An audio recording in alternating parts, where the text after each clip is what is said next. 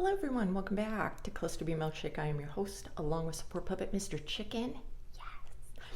Today we are going to talk about how a narcissistic person is always looking at what am I getting out of this situation? What am I getting out of this relationship? What am I getting from you?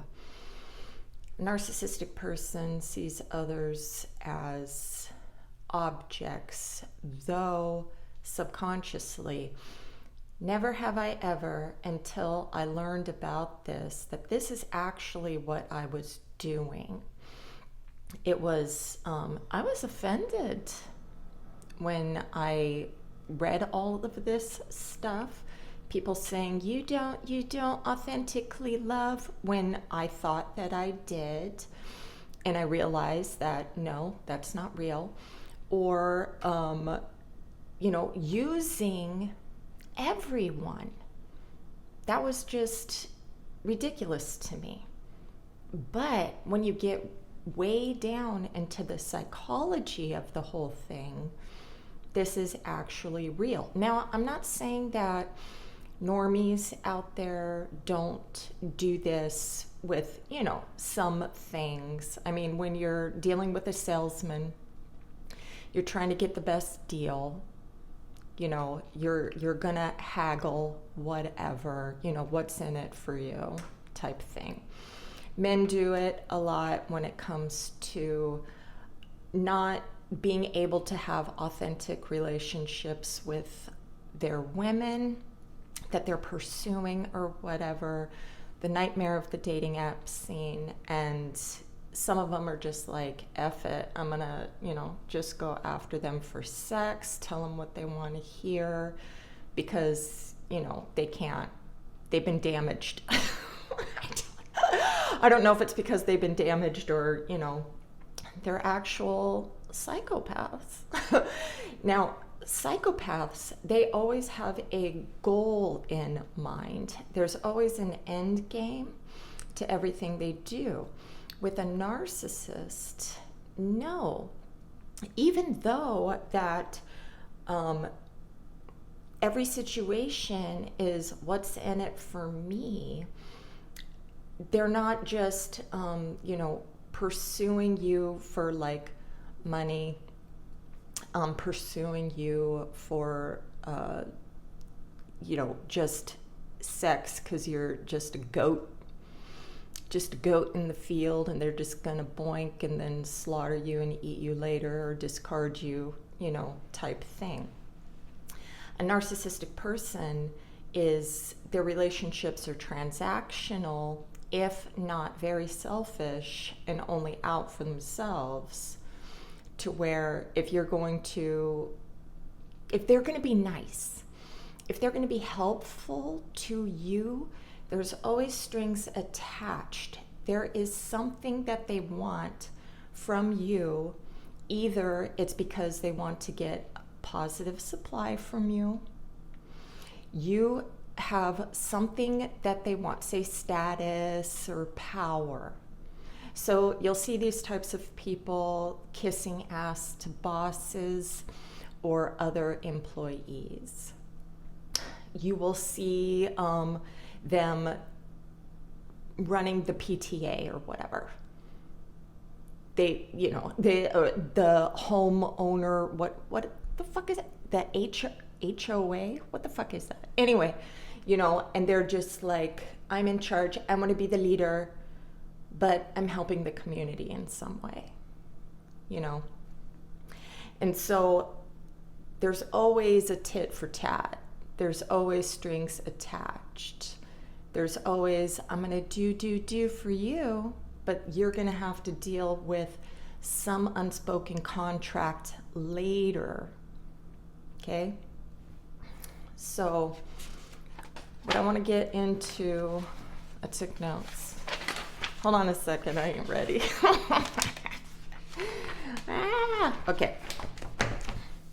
So, I'm just going to give you a couple comparisons between narcissists and psychopaths. Just a quick, so you can be able to cognitively understand the difference, but when you're out in the world, it might look the same, okay?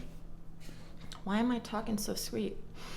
So with narcissism, it affects every aspect of their life, okay? Everything with, wanting the transactional relationships to get the positive narcissistic supply to stabilize their emotions, right?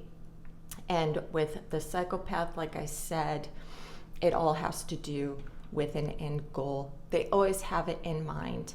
So they may target one person, but they're not targeting everyone, okay? There's a shared fantasy with the narcissistic person where they believe in their own delusion. They believe in their own lies. A psychopath knows that they're lying. They're the con men and women, okay? Then, let me see, what did I write here? A narcissistic person is going to convert the victim to become what he or she wants you to be, okay? The psychopath don't give a fuck. The narcissist is, giving you the invisible script. You have to be this person for me. I do not see you for who you are. And when you go off script, that's when trouble happens, okay? A narcissist pushes you back to your childhood, then plays the mother role. So a narcissist is going to, be parentified by you after, fucking with your childhood trauma. But you're also going to parentify a narcissistic person as well. I'm thinking depending on who the narcissist is. I don't know. I know that, the vulnerable presenting ones that want to be cared for all the fuck time, for sure. Me, I'm grandiose presenting, but when I choose my partners, I do want the protective daddy role from you, even though I'm a fucking asshole. Even though that I, always want to control the environment. This is why I like when my person pushes back and they're like, I'm taking the lead here. And sometimes they would have to fight me on it or whatever, but that's really what I want. I don't want to be controlled in everything, and I don't want to be told what to do, but I do want to respect my person, okay? So, yeah, and the prosocial narcissistic people, they need other people. They need others. Psychopathic people do not. They only need others as a vessel to get their end goal needs met, okay? But a narcissistic person needs to have that mirror from you. So, I hope that was helpful.